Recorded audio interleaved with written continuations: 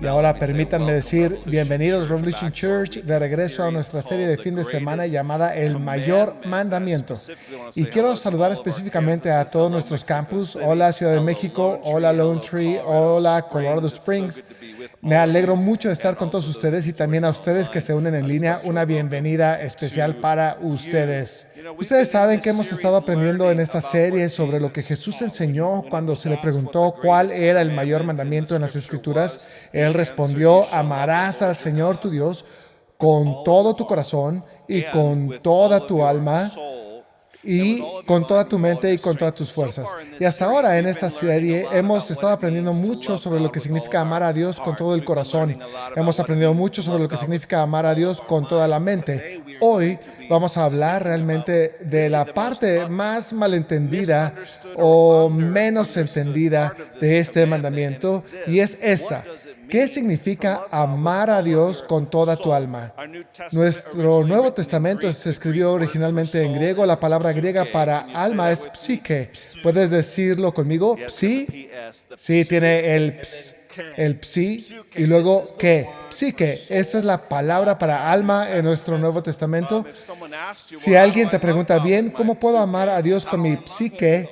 ¿Cómo le amo con toda mi alma? ¿Qué le dirías? Llegando a esto, vas a encontrar que hay mucha confusión sobre el significado del alma. Bíblicamente, incluso en la mayoría de las traducciones de la Biblia, encontrarás que esta palabra psique se traduce en realidad de varias maneras diferentes. Muchas veces es alma, a veces se traduce como vida, otras veces se traduce como corazón incluso. Eso realmente muestra la confusión entre traductores al intentar escoger el significado de esta palabra. Si lees extensamente sobre el significado bíblico de alma frente a espíritu, frente a cuerpo, descubrirás que hay una amplia gama de puntos de vista y perspectivas sobre el significado de estos términos en las Escrituras. Y por eso mucha gente dice simplemente, bueno, no sé lo que es el alma y en realidad no sé exactamente lo que significa amar a Dios con toda mi alma. Pero si es el mayor mandamiento, amar a Dios con toda tu alma, y es el mayor mandamiento, entonces creo que sería un poco extraño que no dedicáramos algo de tiempo, tomáramos un fin de semana o quizá más y hablar de lo que significa realmente amar a Dios con toda mi alma. Y eso es lo que vamos a hacer hoy. Ahora, la palabra alma aparece muchas veces en la Biblia. No tenemos tiempo para investigarlas todas. Yo me he tomado el tiempo de investigarlas todas, pero solo vamos a fijarnos en un puñado de ellas, que son las que más rápidamente arrojarán luz sobre el significado bíblico del término alma. Hechos 20:10 dice que Pablo bajó y se tendió sobre él, y esto pasó porque Pablo predicó tanto tiempo, incluso pasada la medianoche, que este muchacho se cayó por la ventana y estaba tirado en el suelo sin respirar. Así que si piensas que predico mucho tiempo, déjame en paz, ¿ok? El apóstol Pablo marcó la pauta, pero Pablo le abrazó y dijo, no os alarméis porque está vivo. En realidad esa palabra vida es psique. Dijo literalmente su alma está en él. Claramente Dios le estaba dando una visión espiritual sobrenatural y el conocimiento de que su alma aún no había salido de su cuerpo. Bíblicamente, cuando el alma parte del cuerpo, ese es el momento en que alguien está muerto, ¿ok?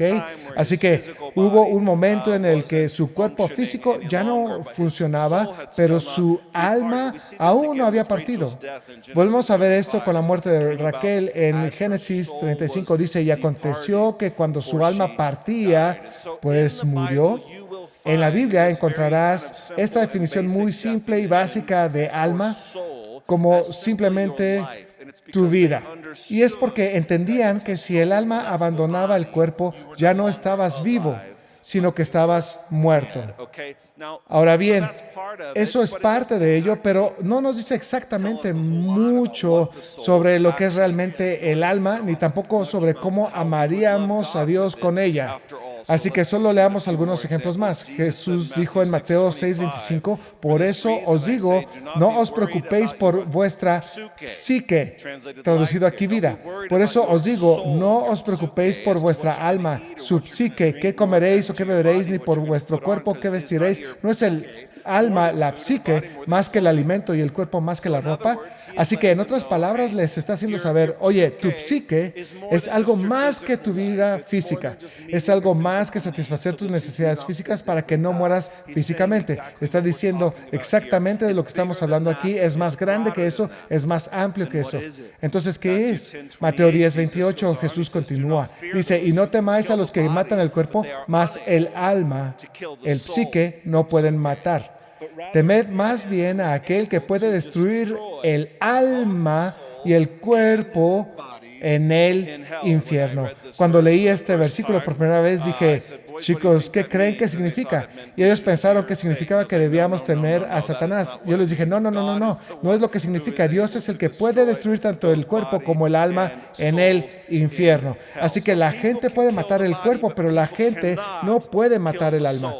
Me dirás, ¿no conoces a alguna de las personas que conozco? Bueno, escucha, bíblicamente la gente no puede matar el alma. Solo Dios puede destruir un alma y bíblicamente lo que eso significa es cuando Él arroja esa alma al infierno. El infierno no es bíblicamente aniquilación, no es extinción, es la eterna percepción consciente del juicio de Dios por los pecados que se cometieron contra Él.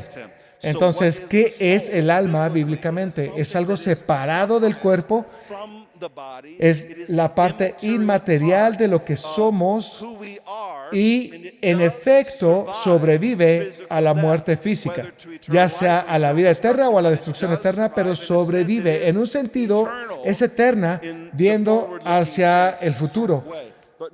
Pero sabiendo esto, aún no hemos llegado a la parte del alma que controlamos, sobre la que tenemos algún tipo de responsabilidad.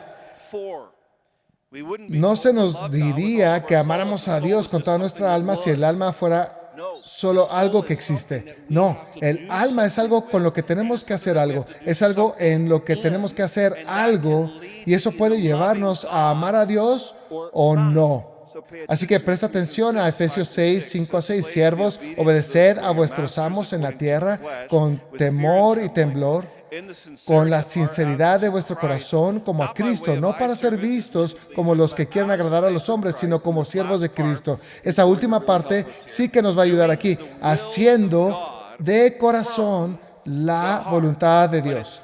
Pero es desde el psique, es desde el alma. Haciendo desde el alma la voluntad de Dios. Así que la voluntad de Dios se hace desde este lugar, desde el alma. Así que en este punto ya sabes algo. Antes de la acción está el alma. El hacer fluye desde el alma. ¿Qué más sabemos? Sabemos que antes del alma y de la acción está también el corazón. Lo sabemos por Proverbios 4:23. Sobre todo lo demás, guarda tu corazón, pues todo lo que haces fluye de él. Así que el corazón precede al alma y el alma también precede a lo que haces en la acción. Así que nos acercamos bastante a lo que es el alma y a lo que hacemos con el alma. Quédate conmigo. Filipenses 2:13 dice, Dios es quien obra en vosotros tanto el querer como el hacer para su beneplácito.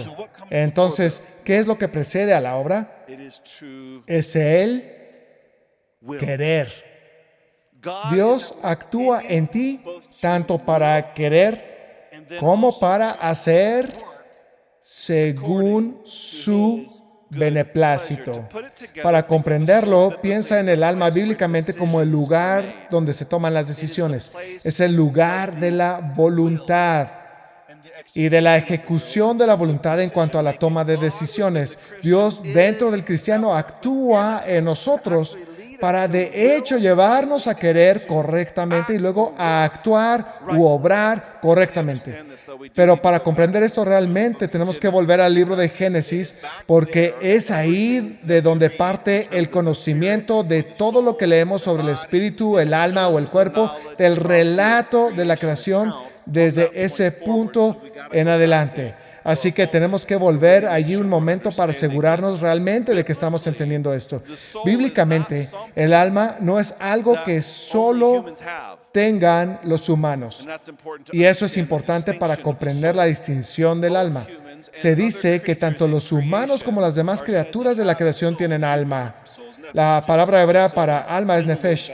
Génesis 2:7. Entonces el Señor Dios formó al hombre del polvo de la tierra y sopló en su nariz el aliento de vida, y fue el hombre un ser viviente. Este término, ser viviente, es el hebreo nefesh kai. Es un alma viviente. Y es exactamente el mismo término que se utilizó en el capítulo 1 del Génesis para describir a muchas de las criaturas y animales de la creación.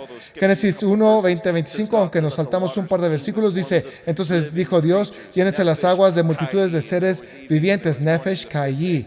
Y fue la tarde y fue la mañana el quinto día. Entonces dijo Dios, produzca la tierra seres vivientes, nefesh kai, según su género, ganados, reptiles y bestias de la tierra según su género. Y fue así. Como ves, nefesh kai se usa para referirse al hombre convirtiéndose en un ser vivo. También es el mismo término que se utilizó para referirse a las criaturas del agua, del aire y de la tierra que se convierten en seres vivos.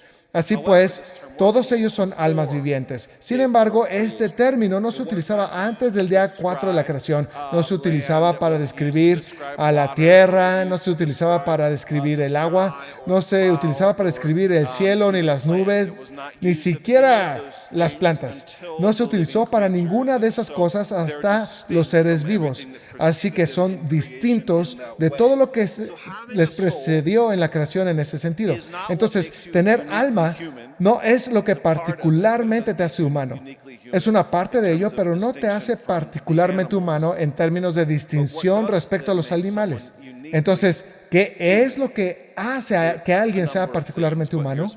Varias cosas, pero aquí está una de ellas y es clave para comprender el alma del hombre, así como el significado de espíritu bíblicamente. 1 Corintios 15:45 es una referencia de ese versículo del Antiguo Testamento en Génesis 2 que acabamos de leer.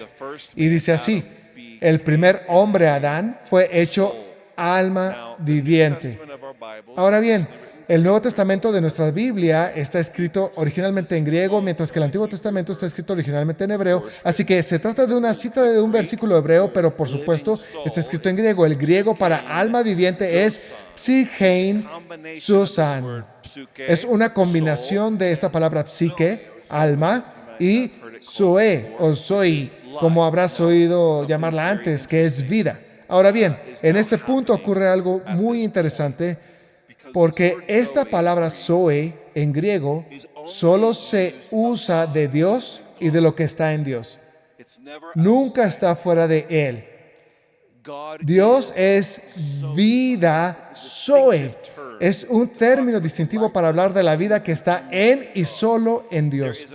Hay otro término en griego que significa vida, que no es específicamente la vida que tiene Dios. Es el término bios, ¿ok? Eso es solo estar físicamente vivo.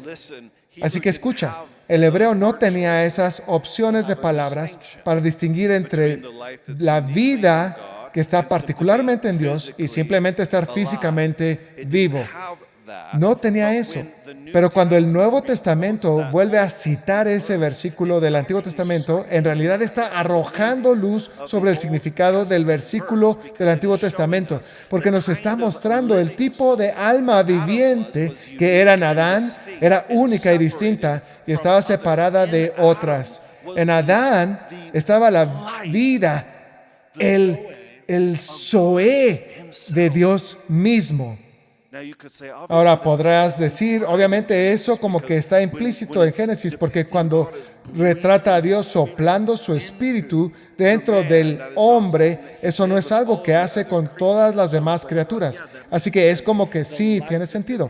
La vida que hay en él es el aliento mismo de Dios, el espíritu mismo de Dios. Pero se aclara aún más, se hace más concreto en el Nuevo Testamento que Adán tenía la vida de Dios en sí mismo, el mismísimo Espíritu de Dios, en quien está la vida Zoe dentro de él.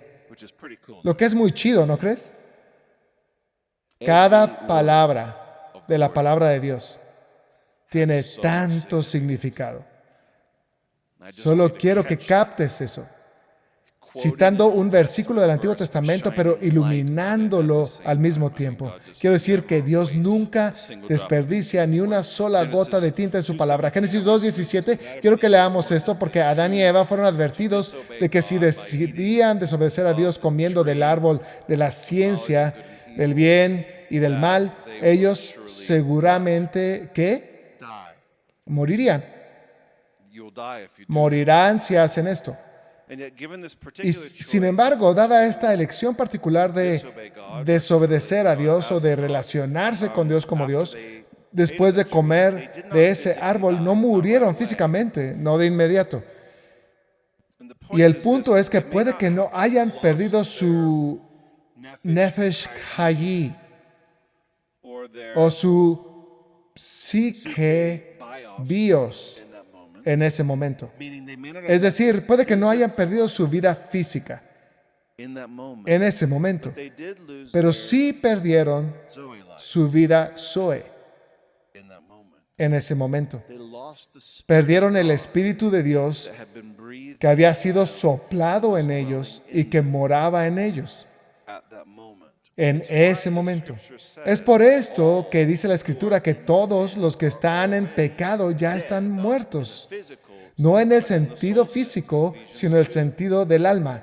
Efesios 2:1-6, que estabais muertos en vuestros delitos y pecados, en los cuales anduvisteis en otro tiempo según la corriente de este mundo, conforme al príncipe de la potestad del aire, aunque esto se refiere a Satanás, el enemigo de Dios, el espíritu que ahora opera en los hijos de desobediencia, entre los cuales también todos nosotros en otro tiempo vivíamos en las pasiones de nuestra carne, satisfaciendo los deseos de la carne y de la mente, y éramos por naturaleza hijos de ira, lo mismo que los demás. Pero Dios, que es rico en misericordia, por causa del gran amor con que nos amó, aun cuando estábamos muertos en nuestros delitos, nos dio vida, esa es la palabra Zoe, juntamente con Cristo. Por gracia habéis sido salvados. Y con Él nos resucitó y con Él nos sentó en los lugares celestiales en Cristo Jesús. Mira, Adán y Eva perdieron la vida Zoe de Dios en su interior. Perdieron el espíritu mismo, el aliento mismo de Dios que habitaba en ellos cuando pecaron. Y todos los que están en pecado se encuentran en ese mismo estado posterior a la caída. Muertos. No hay Zoe en ellos, no hay vida en ellos. El Espíritu de Dios, que es la vida y la única fuente de vida Zoe, no está en ellos. Entonces los animales y la humanidad distintivamente tienen almas, la capacidad de elegir. Pero la humanidad tuvo la elección distintiva de elegir a Dios. No es una elección que tuvieran los animales, por supuesto, pero al elegir el pecado, sus almas ya no albergan el Espíritu de Dios en su interior. Por eso se nos dice en Romanos 8:8, y los que están en la carne no pueden agradar a Dios. Es imposible que los que están en la carne agraden a Dios sin el Espíritu de Dios dentro de ti.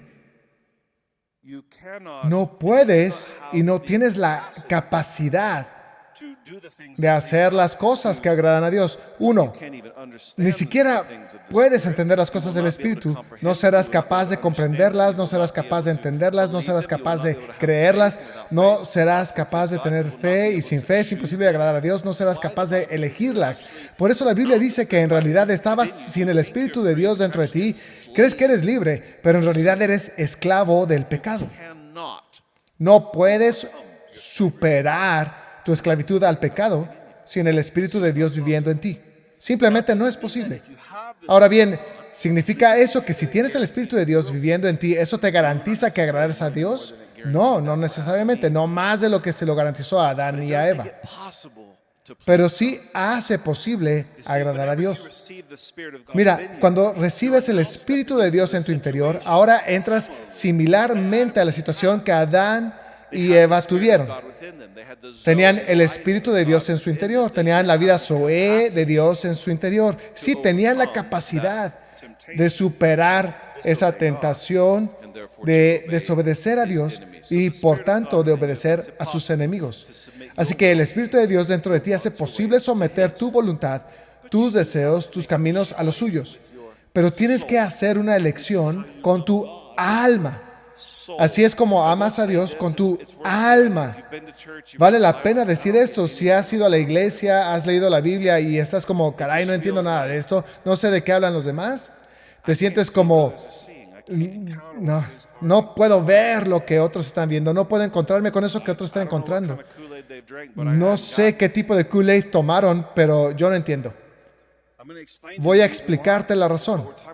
Es de lo que estamos hablando justo ahora. El templo de tu cuerpo aún tiene que ser limpiado y regenerado por la sangre de Jesucristo, para que tu alma pueda entonces ser habitada por el Espíritu Zoe de Dios, que es para lo que fue creada.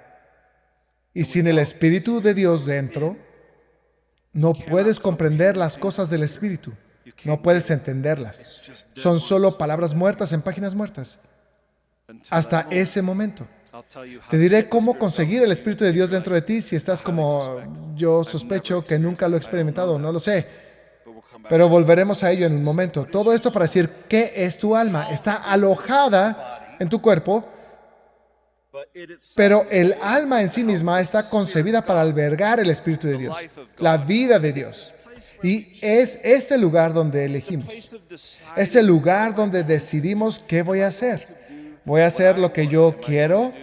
¿Voy a hacer lo que él quiere o lo que ella quiere? ¿Voy a hacer lo que él quiere? El alma es ese lugar donde se toman las decisiones. Así que quiero que ahora llevemos esto a la práctica cotidiana. Ya hemos hablado de amar a Dios con sus mentes. Ya saben, parte de ello consiste en ocupar sus mentes con las cosas de arriba, los pensamientos que son santos y puros y verdaderos y todo eso. Parte de amar a Dios con sus mentes tiene que ver con el espíritu de entendimiento del que hemos hablado en esta serie. Eso es llegar a una conclusión correcta basada en una síntesis completa. Pero una síntesis completa, la parte principal de cualquier síntesis completa siempre va a ser quién es Dios. Por eso es que parte de amar a Dios con sus mentes son las conclusiones a las que lleguen. Pero sabes esto, puedes llegar a conclusiones y aún así elegir hacer algo que no concuerda con las conclusiones a las que llegaste. ¿Cuántos confiesan hacer esto 1,000,000 de veces al día? Sé que eso no es sano, pero me lo voy a comer de todos modos. O a veces sé que eso es pecado y elijo hacerlo de todos modos. Hay una diferencia incluso entre llegar a las conclusiones correctas, es muy importante, pero también hay algo más que es único y distinto respecto al alma y lo que eliges hacer. A veces pensamos que tenemos en el corazón querer algo. Hemos hablado de que bíblicamente amar a Dios con el corazón es que Él sea lo que tú quieres. Es decir, Él es tu premio, Él es lo que quiero, su presencia, su voluntad, sus caminos. Ese es el amor de mi corazón. Y podemos pensar que sabemos lo que queremos, pero luego acabamos eligiendo algo y las elecciones que hacemos nos revelan en realidad que lo que pensábamos que queríamos, lo que creíamos que estaba en nuestro corazón, en realidad no estaba en nuestro corazón. Y es ahí cuando nos conectamos con el Espíritu de Dios y decimos, ok, ¿qué hay realmente en mi corazón? ¿Qué revela esta elección sobre esto? Pero el alma sigue al corazón en ese sentido. Y así ella revela el corazón en ese sentido. Pero el alma es el lugar de tu voluntad. Pero ¿cómo amas a Dios con toda ella? Más allá de ser simplemente como, sí, necesito tomar mejores decisiones, va más allá de eso. En realidad es mucho más que eso. Y mi teoría es que en ciertos momentos de tu vida, tal vez en este momento de tu vida, ahora que entiendes más de lo que es el alma bíblicamente, dirías, mi alma es algo débil. Mi alma está un poco anémica. Puedes ser el tipo más musculoso del gimnasio y tener una almita flacucha. Pero de hecho tu alma puede fortalecerse.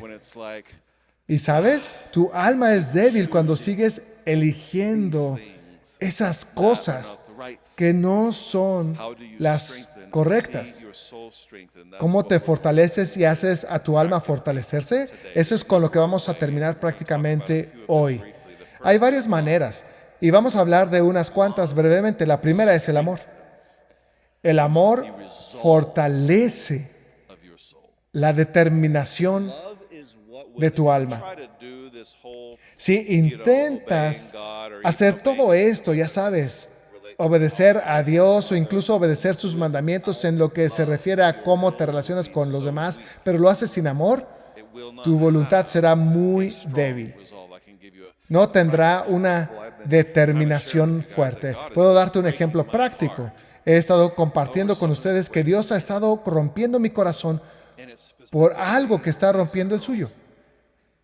Y es específicamente estas chicas en Puerto Escondido y sus alrededores que no tienen padre y están desprotegidas en hogares sin puertas, hogares sin ventanas.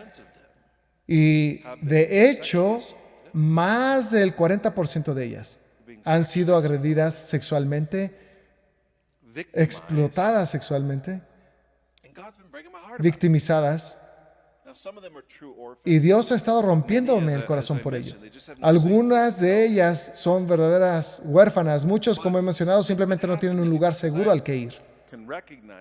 Pero algo ha estado sucediendo en mí, porque puedo reconocerlo intelectualmente. Siempre he sabido que hay huérfanos en el mundo y que necesitan un hogar, y puedo saber intelectualmente que yo podría donar tanto al mes y que yo podría proporcionarles comida y cobijo y educación y atención médica. Tal vez si redirigiera mis gastos y no saliera tanto a comer, podría hacerlo. O sea, puedo saber todo eso intelectualmente, pero eso no suele conducir a mucha acción. No conduce a mucha voluntad y trabajo. Sin embargo, cuando te encuentras cara a cara con ellos, cuando escuchas sus historias, cuando pasas tiempo con ellos, cuando les miras a los ojos y ves sus condiciones y llegas a reconocer sus necesidades y tus pensamientos se vuelven hacia ellos y tu corazón se llena de amor por ellos y te encuentras orando por ellos, de repente ocurre algo más. Lo que está pasando es que tu corazón se está llenando de amor por ellos. Y cuando tu corazón se llena de amor por ellos, puedo decirte personalmente que se llena de determinación para hacer algo diferente, de tomar una decisión diferente a la que había tomado anteriormente. Se reorienta por el fortalecimiento del amor. El amor es el fortalecimiento por excelencia de tu resolución de elegir. Lo mismo ocurre con nuestro amor unos por otros. Si no estamos alimentando el amor de unos por otros, nuestra habilidad para obedecer todos esos mandamientos relacionados con el segundo mandamiento, que es amar a los demás como a nosotros mismos, nuestra determinación será muy baja. Y lo mismo ocurre verticalmente con Dios, el primer mandamiento. Caramba, si voy a decidirme a hacer las primeras obras, las cosas que están relacionadas con el primer mandamiento, necesito crecer en mi amor por Dios. Y eso no es algo que simplemente nos ocurra. Es algo que cultivamos pasando tiempo con Él, encontrándonos cara a cara con Él, conociéndole, escuchando su historia, mirándole a los ojos, empatizando con Él, sabiendo lo que pasa en su corazón, volviendo nuestros pensamientos hacia Él, orando por su voluntad. Todo esto es cultivar el amor por Dios, y eso es lo que fortalecerá tu alma para tomar decisiones que las almas débiles no pueden tomar. Si solo tuviera que dar un punto sobre el camino práctico, diría que cultives el amor por Dios y luego por las personas. si quieres tener la determinación del alma para poder cumplir su voluntad. ¿De qué otra forma puede fortalecerse el alma? Hay varias maneras. Muy brevemente, Hechos 14:22 dice, fortaleciendo los ánimos de los discípulos, exhortándolos a que perseveraran en la fe y diciendo, es necesario que a través de muchas tribulaciones entremos en el reino de Dios. ¿Qué está haciendo? Les está recordando la recompensa de la perseverancia. Les está recordando que mantener el curso tiene un beneficio y es heredar el reino de Dios, lo cual parece ser importante. Mira, siempre que empezamos a pensar en el resultado de nuestras elecciones, la recompensa y los resultados de nuestras elecciones, tanto aquí en esta vida como en la eternidad, fortalecerá tu alma, fortalecerá la determinación de tu voluntad para hacer lo que un alma débil no sería capaz de hacer. Por eso soy un gran creyente de la teología de las recompensas eternas y de la importancia de que los creyentes conozcan esta teología, porque Dios habla tan claramente de las recompensas eternas en las Escrituras. Él dice incluso que ni siquiera podemos tener lo que se llama fe si no creemos que buscar fervientemente a Dios conduce a que Él nos recompense, pero a muchos simplemente no les gusta esta doctrina particular de la Biblia. No les gusta. Como que se retuercen cuando oyen acerca de personas siendo recompensadas de acuerdo a lo que hacen. Porque las Escrituras dicen una y otra vez, sí, solo nos salvamos por gracia mediante la fe, pero luego se nos dice una y otra vez que vamos a comparecer ante el tribunal de Cristo como creyentes, vamos a ser recompensados según lo que hagamos. Y esa parte no les gusta. No sé, creo que sé por qué no les gusta esta parte, pero debería gustarte esta parte.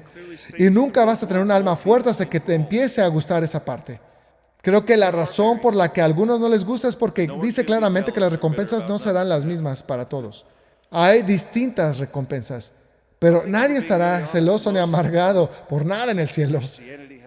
Creo que si somos realmente sinceros, la mayor parte del cristianismo se ha vuelto bastante tibio en los tiempos en que vivimos.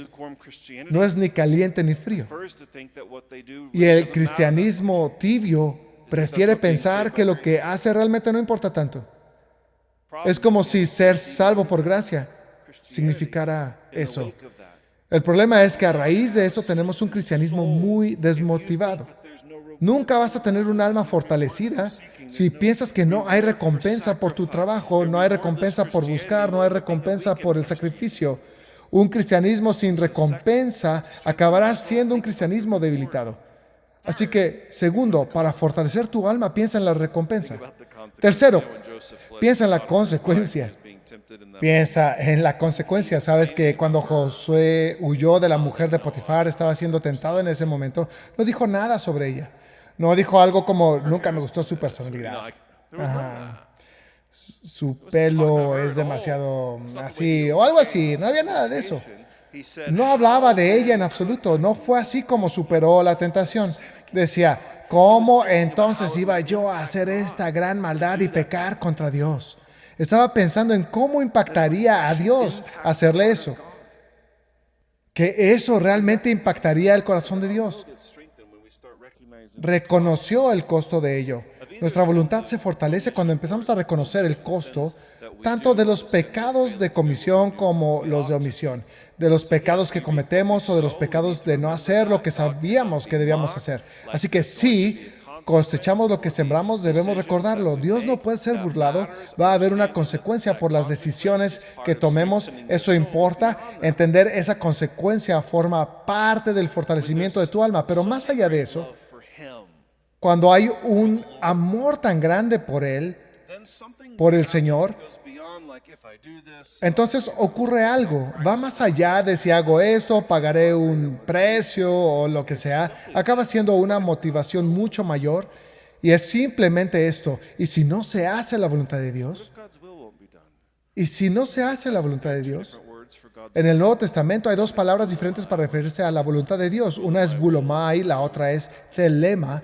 La voluntad, volumai, siempre se hace. Es la voluntad con propósito establecida de Dios. Es inmutable. Pero la telema, la voluntad deseada de Dios, es algo distinto. Existe algo así como amar tanto a Dios que en realidad nos duele pensar en la parte de la voluntad de Dios que no se cumpliría a causa de mi desobediencia. Hay un momento en que podemos, en el amor al Señor, sentir dolor al pensar que hay una parte del reino de Dios que viene a la tierra que no se hará por mi culpa, a causa de mi desobediencia. Existe esta mayor motivación que llega cuando realmente empiezo a entender cómo, wow, hay un testimonio que no sería contado que cubriría la tierra con el conocimiento de la gloria de Dios, si no hago lo que Él me invita a hacer. Y sí, toda la tierra está llena de la gloria de Dios, pero no está llena del conocimiento de la gloria de Dios. Pero algún día lo estará. Y nosotros existimos para verlo suceder.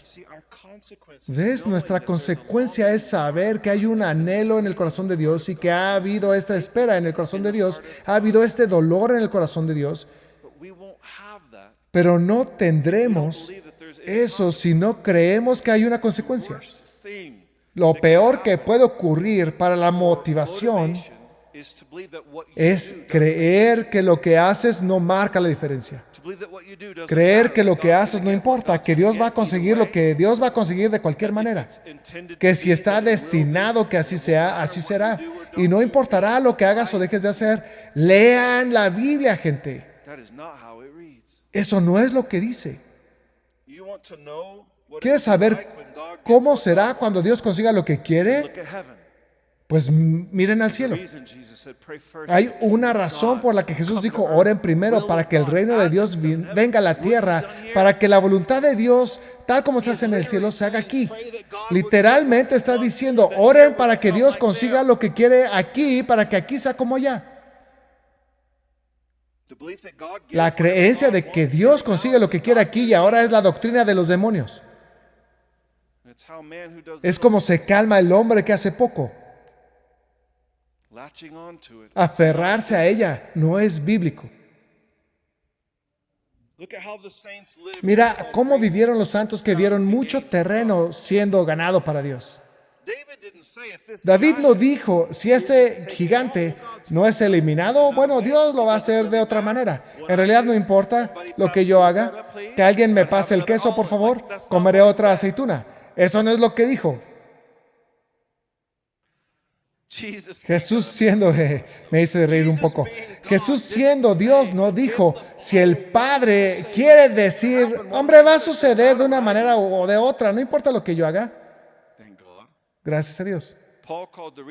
Pablo, llamado a alcanzar a los gentiles en medio de un profundo sufrimiento, no dijo, bueno, ya está bien, creo que ya he hecho bastante, ha llegado mi hora, voy a retirarme. Si Dios quiere que las buenas nuevas lleguen más lejos, lo conseguirá de un modo u otro. Llamará a otra persona, utilizará a otra persona, no importa lo que yo haga. Nunca lo dijo. Nadie, ni un santo lo dijo nunca. Jamás. Y si lo hubieran hecho, no estarían registrados como santos en las páginas de las Escrituras. Si puedo ser muy honesto, he pasado por momentos realmente bajos en mi vida. Igual que la mayoría de ustedes, y hubo un tiempo en el que sentí como si alma hubiera sido lapidada hasta la muerte, que yacía bajo estos escombros de piedras y que no podía levantarme. Y recuerdo que dije, Dios, ¿no me necesitas? Adelante, Dios, hazlo sin mí. El resto del equipo puede seguir adelante. Y este trabajo, simplemente no creo que pueda hacerlo. Y lo que Dios me dijo en ese momento, y no recuerdo la frase exacta, pero algo parecido a, ¿estás asumiendo que eso ocurrirá de todas formas? Y recuerdo que supe al instante que eso significaba todas las promesas y las cosas que había revelado, sus planes para el futuro, para esta obra. Y le pregunté, ¿Quieres decir que no sucederá si no mantengo el rumbo? Y me dijo, no. Y yo estaba como, wow. Todas esas cosas increíbles que has planeado entonces, si renuncio, no van a suceder. Y aunque realmente no quería oírlo en este momento, puedo decirte que mi alma se fortaleció al saber que hay consecuencias por lo que hago. Y creo que para algunos de ustedes que están en un momento bajo ahora mismo, necesitan oír esto. Tú le importas a Dios. Él tiene obras únicas que ha preparado de antemano para específicamente que tú las hagas. Y no sucederán si no las haces. Tú le importas a Dios. Tienes un gran propósito para Él. Lo que haces importa, tanto ahora como en la eternidad. El cuarto medio para fortalecer la determinación de tu alma es que no debe descuidarse, es oír al Señor. Es oír al Señor. Donde encuentras a personas que se apasionan por perseguir los propósitos de Dios y que estaban reorientando toda su vida en torno a los propósitos de Dios, están entregando sus vidas por los propósitos de Dios, están entregando sus vidas por los propósitos de Dios. Todos tienen esto en común. Han estado con Dios y han oído de Dios, que tiene en su corazón algo por hacer. Y te preguntas, ¿por qué son unos bichos raros? Es porque han oído al Señor y le han creído. Es por eso, mira, Salmo 119, de tristeza llora mi alma, fortaléceme conforme a tu palabra. Mira, que Dios hable es una parte principal para que tu alma encuentre fuerza.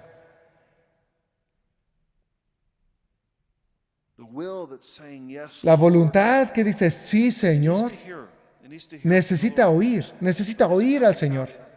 Pero hay un par de consideraciones en torno a esto. Uno, si no estoy dispuesto a añadir nada a mi vida, a restar cosas, a reorganizar cosas en mi vida, a hacer algo diferente con mi vida, no voy a oír mucho de Dios. Tienes que conocer el corazón de Dios. Él busca un corazón íntegro. Una de las cosas que de alguna manera Dios me metió desde muy joven y que he convertido en una práctica espiritual es esta frase: prefiero morir a, que significa lo que sea que Dios diga, prefiero morir que, prefiero morir a, prefiero morir que. Esencialmente, morbosamente, contemplar mi propia muerte es una parte muy frecuente de mi práctica espiritual. ¿Me moriría? Y entonces pienso en todo lo que Dios me ha confiado. ¿Me negaría a desprenderme de algo de ello por Él? O sea, realmente intento pensar en todas las cosas más duras que Dios me llamaría a hacer y luego determinar en mi alma, sí, de todas formas es todo tuyo. Pero esa práctica sí que fortalece el alma para los momentos en los que Dios habla. Pero voy a decirte, hombre, es muy difícil oír lo que realmente no quieres oír. ¿Alguna vez te has puesto con Dios y estás como, ok, pero en tu corazón no quieres oír esto? Y si quieres oír aquello, y realmente fuerte en tu corazón, y estás como, yo no puedo oír nada. Es realmente difícil oír lo que no quieres oír hasta que algo ocurre en tu corazón. Y es llegar, yo quiero lo que Él quiere. Incluso si eso significa entregar mi vida, poner mi psique en la cruz. Que por cierto, esa es la palabra real que Jesús utilizó ahí para vida. ¿Por qué querría Dios hablar a alguien que no está realmente dispuesto a responder a lo que Él dice? Si no está dispuesto a rendirse y sacrificarse por lo que Él dice. ¿Por qué malgastar las palabras? ¿Por qué añadir culpa a la vida de alguien? ¿Entiendes lo que digo? Déjenme decirles, cuando Dios nos llamó para empezar este trabajo con campus internacionales, ninguno de nosotros estaba aburrido.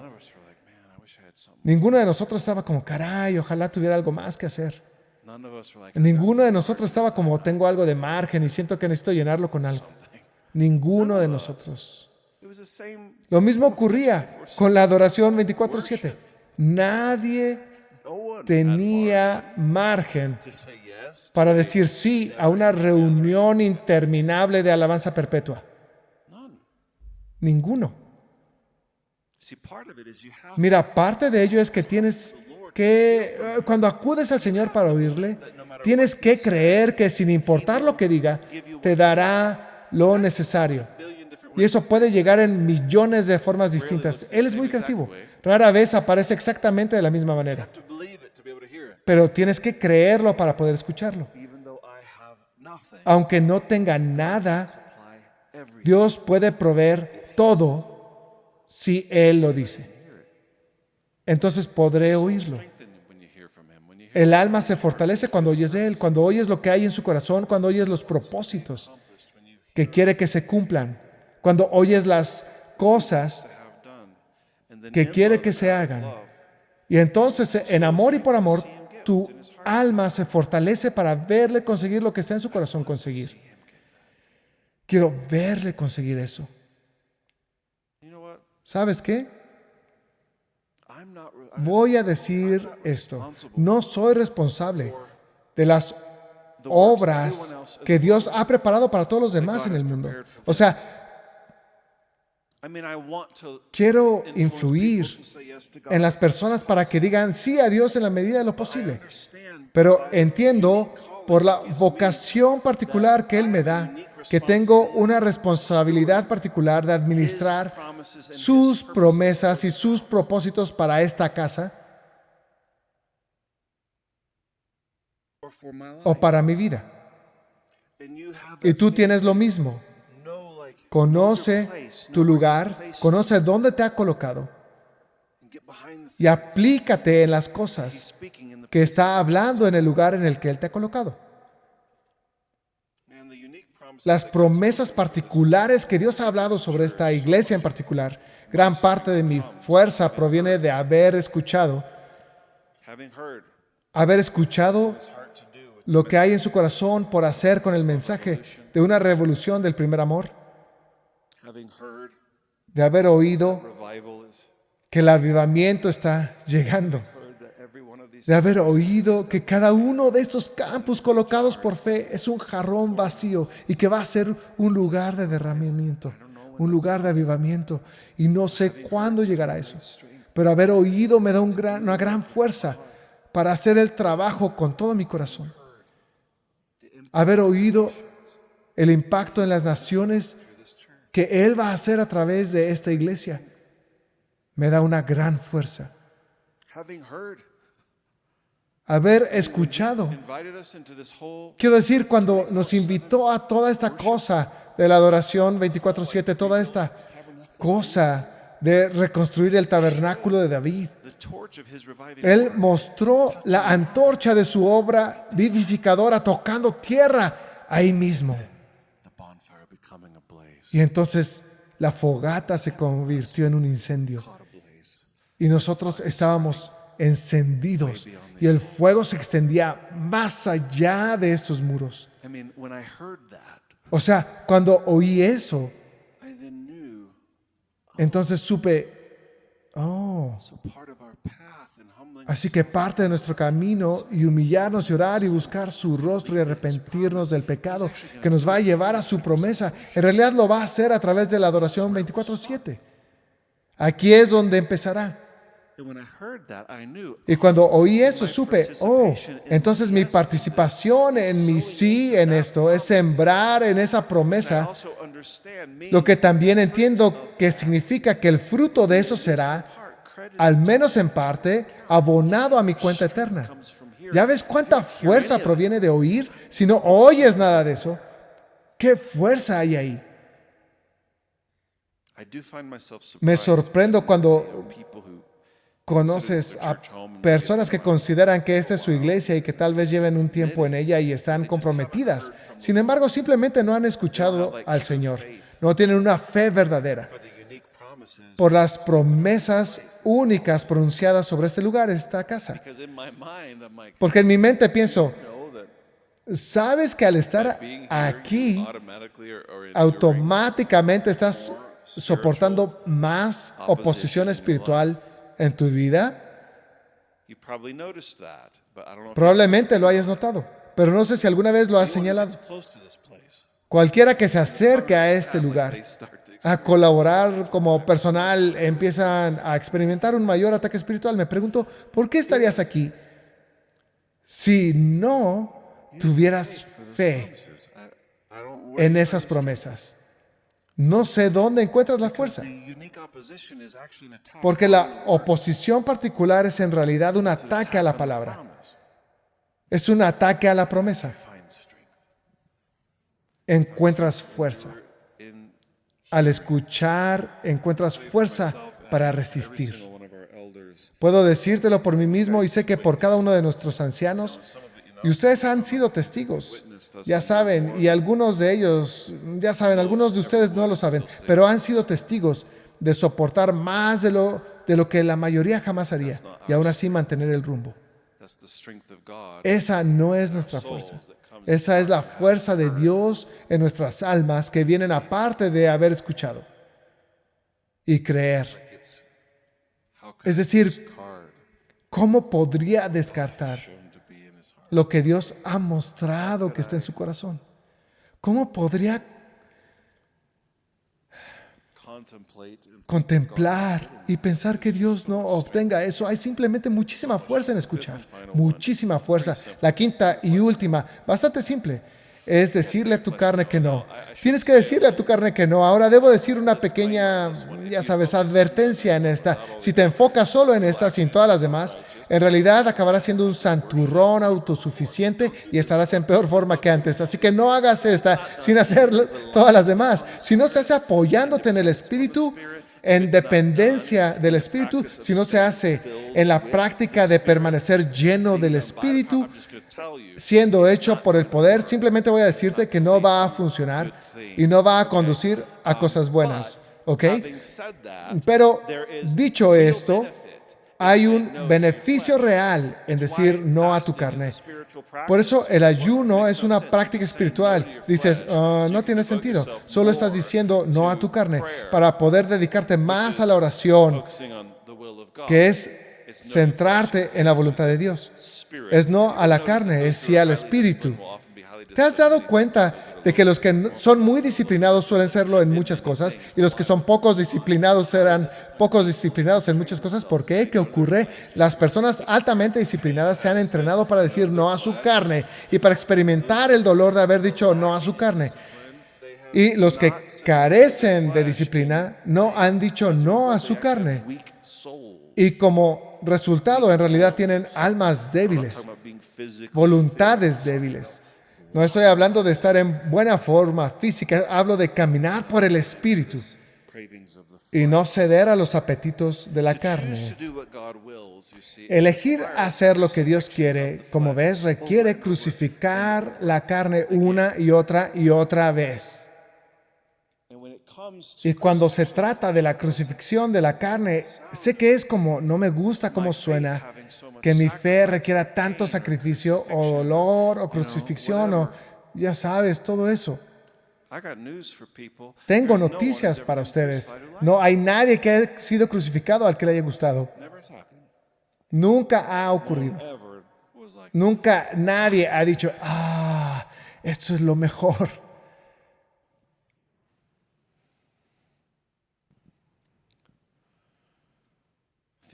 Imagina que el patio trasero de tu vida tiene dos perros en él. Uno se llama Sarx, el otro Neuma. Sarx es la palabra bíblica para carne y Neuma o Pneuma es la palabra bíblica para espíritu.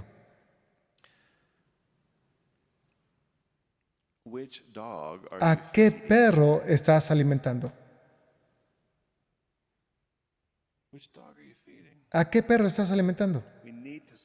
Tenemos que decir no a la carne y al mismo tiempo decir sí al Espíritu. Esta última semana en Puerto Escondido, el Señor nos guió una vez más a acercarnos a un pastor para que orara acerca de convertirse en el pastor del campus Revolution Church Puerto Escondido.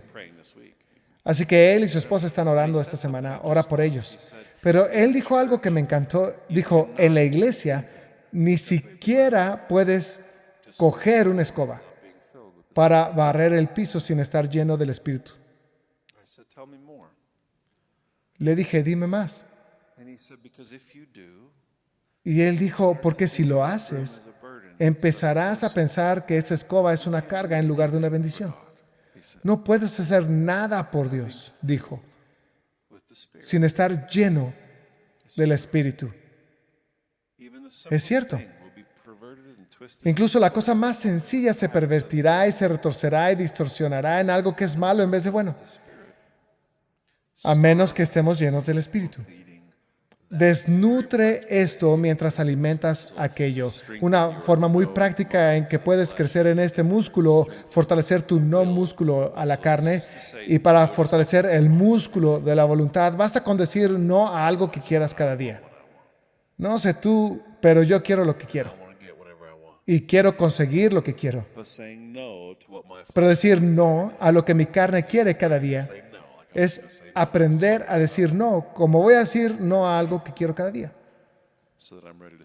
para estar preparado para decir sí cuando llegue el momento. Voy a invitar a nuestros pastores del campus a subir para cerrar nuestro servicio en este momento y para todos nosotros aquí en Lone Tree.